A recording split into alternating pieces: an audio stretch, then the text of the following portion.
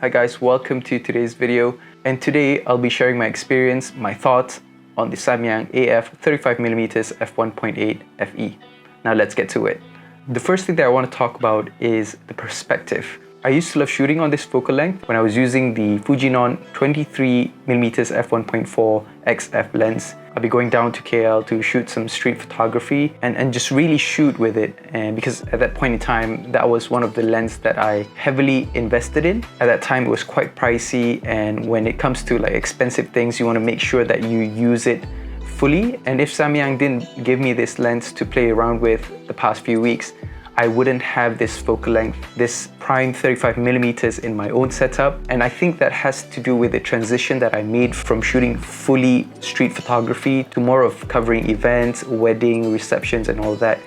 And I pretty much just went with the zooms most of the time because it was quick. I could change from, various focal lengths, and it just made the job more easier to complete, yeah? And usually for events, I just carry these two around with me. I have this 16 to 35 and as well as the 35 to 150, and that's pretty much it. That's my go-to setup if I'm out shooting events and weddings most of the time, yeah? But to me, the 35mm in a way is a versatile focal length to have, in such a way that if you had just the kit lens, I would recommend getting the 35mm over the 50mm for your first prime lens, because you can shoot a wider variety of things with it because it's wide.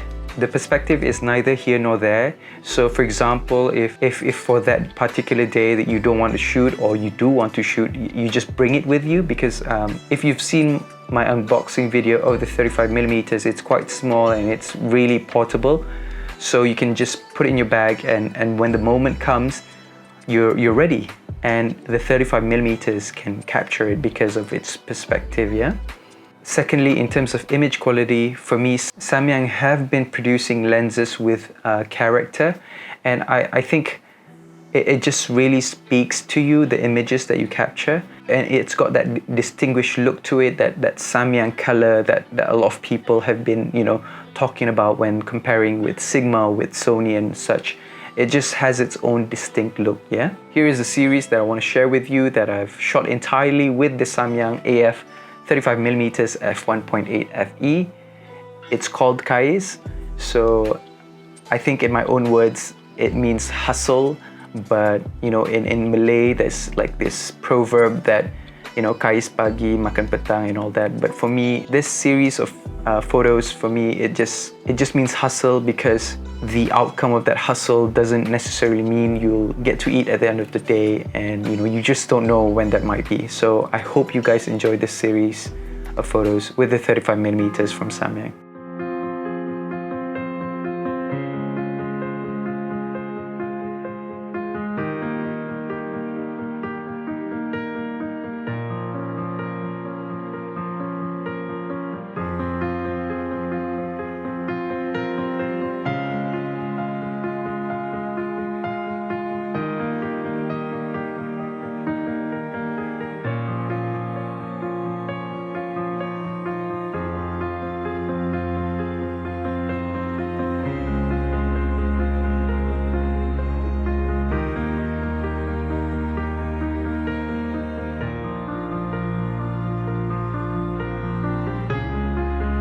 Welcome back. I hope you enjoyed that series. It just really speaks to me in so many ways. It's a humbling experience, especially when you see the life that is there in the streets that nobody really notices, and it just makes you appreciate life more in what you have. Throughout my experience shooting that day, the AF just worked for me. The autofocus worked as if it were a native lens, and that's really something to commend Samyang, to be able to to adapt to the ever-changing, the ever-advancing autofocus system that Sony comes out with, and that just speaks volume in terms of how far they've come since their first generation of releases, yeah? The images were sharp.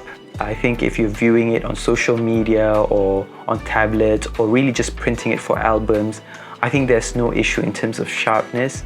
F1.8, of course, It's not going to be tech sharp like G Master lenses. And I think we've been spoiled so much with the options that are available out there in terms of sharpness that sometimes we don't appreciate a decent amount of sharpness that these lenses produce, yeah? Thirdly, video-wise, I think it worked the same as it did with photos. The autofocus just works.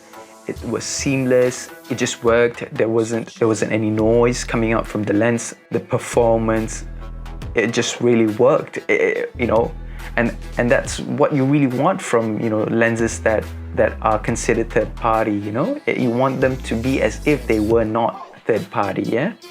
I think this is a fantastic option for you to have in your setup, whether you are starting out in photography or in videography, landscapes, architecture, portraiture, weddings, events, street product, you name it. You can do it all with this lens, of course, within the limits of the focal length, you know, 35mm. When you want to shoot interior architecture, of course, that's something you might need to change. You might need to get another lens, yeah? Of course, you know, other than that, it should, you know, produce amazing results, yeah? And I think the dilemma would be, should I get a 35 or should I get a 24? Or, you know, should I get a 50, right? And I think to answer that question, it really depends on what you shoot and how you shoot. I know a few people who do videos mostly. They do shoot on a 35mm throughout the day because, yeah, they're just so comfortable with that perspective. And with Sony, you're able to punch in to 50mm when you need to get those detailed shots. I get asked a lot whether the 35mm is a good combination to have when you shoot weddings. I think it is, and it depends on the pairing that you have to go with it. If you have a 24mm already, I would recommend you to skip the 35mm and go probably with a 50mm or an 85 if you prefer that more telephoto look, yeah. But for the 35 itself, I think pairing it with an 85 would really be, you know, a great combination for you to have when you shoot weddings. But again, it ultimately depends on the environment where you're shooting.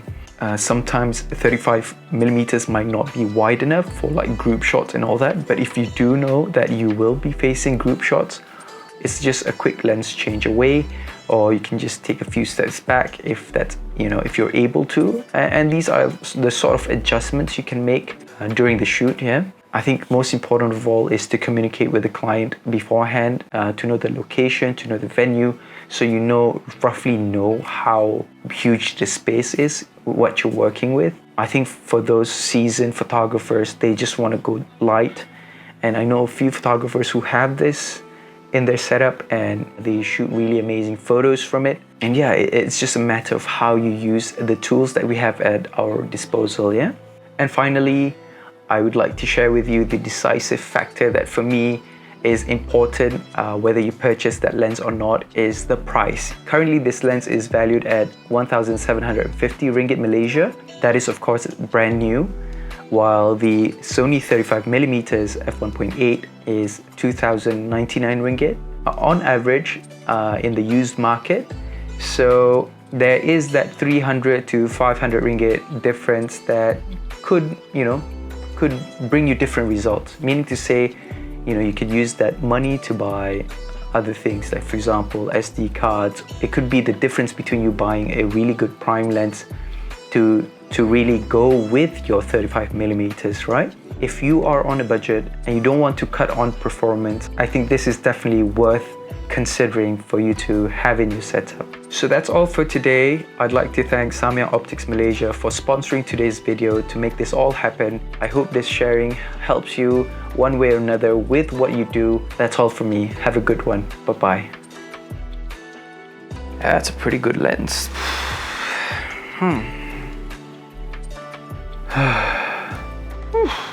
Yeah, I'm just gonna put this out here just for you guys to see how big it is. There you go.